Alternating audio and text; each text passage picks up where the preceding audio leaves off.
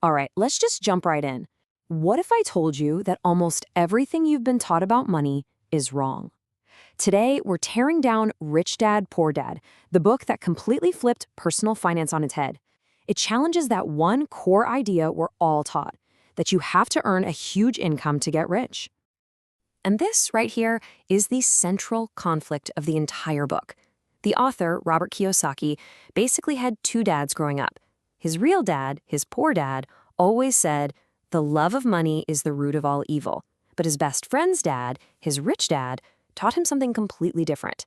The lack of money is the root of all evil. You can see right away these are two polar opposite mindsets, and that sets the stage for everything that follows. So you have to ask, how did these two philosophies actually play out? Well, Poor Dad was this brilliant, highly educated guy, a top government official. He believed in job security, a good pension, climbing that traditional career ladder. Rich Dad, on the other hand, was an 8th grade dropout who went on to become a self-made millionaire entrepreneur. So you've got one path all about working for security and the other all about creating actual wealth. And this quote just nails the book's starting point. Kiyosaki wasn't just handed one set of rules about money. He was caught between these two powerful ideas, and it forced him to really think, to question everything, and in the end, to choose his own path instead of just blindly following someone else's advice. This leads us right to the huge problem Kiyosaki saw in his Poor Dad's world, what he calls the middle class trap. It's this idea that just working harder and earning more money doesn't actually buy you freedom. In fact, a lot of the time, it just builds a bigger, more comfortable cage. So, how does this trap work? Well, he breaks it down to two very powerful emotions. First, there's fear. The fear of not being able to pay your bills. That's what gets you out of bed and to a job you might not even like. And then there's desire. You get that paycheck, you see all the nice things you can buy, and boom, you spend it. This never-ending cycle of fear and desire is what he famously calls the rat race. And here's the kicker. When you're stuck in that race, who are you really working for? Well, first, you're working for your boss, making the company owners or shareholders rich. Second, you're working for the government, which takes its slice in taxes before you even see a dime. And third, you're working for the bank, paying off your mortgage, your car loan, your credit cards. Your hard work is making everyone else rich except you.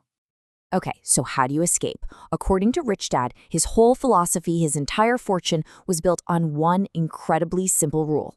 This is it. This is the one secret that separates the rich from everybody else, and it is way simpler than you think. Here it is. An asset is anything that puts money in your pocket. That's it. Forget all the complicated Wall Street jargon. All that matters is one question. Does it pay you? And a liability, well, it does the exact opposite. It takes money out of your pocket. Plain and simple.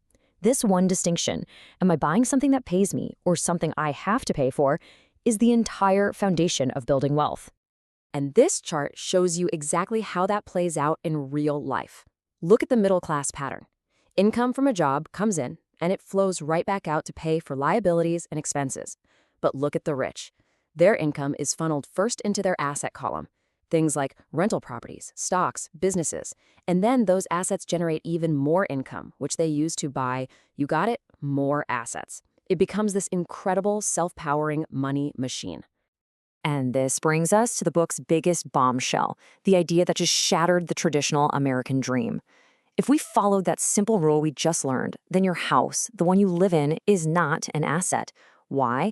Because every single month it takes money out of your pocket. Your mortgage, property taxes, insurance, repairs, it's a cash drain. So according to Rich Dad's definition, it's a liability. All right, the next huge lesson is to mind your own business.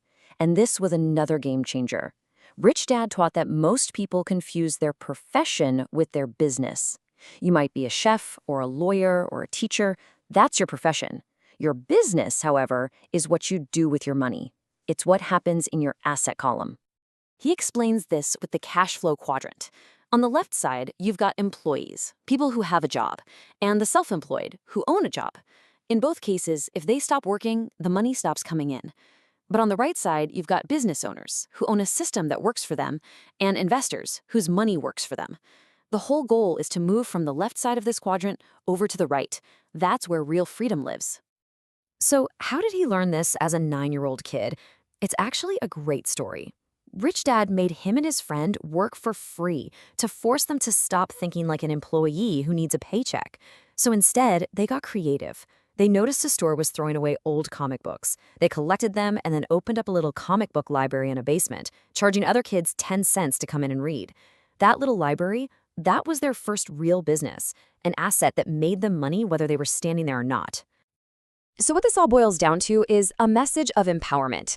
Becoming wealthy isn't really about your fancy degree or your high salary.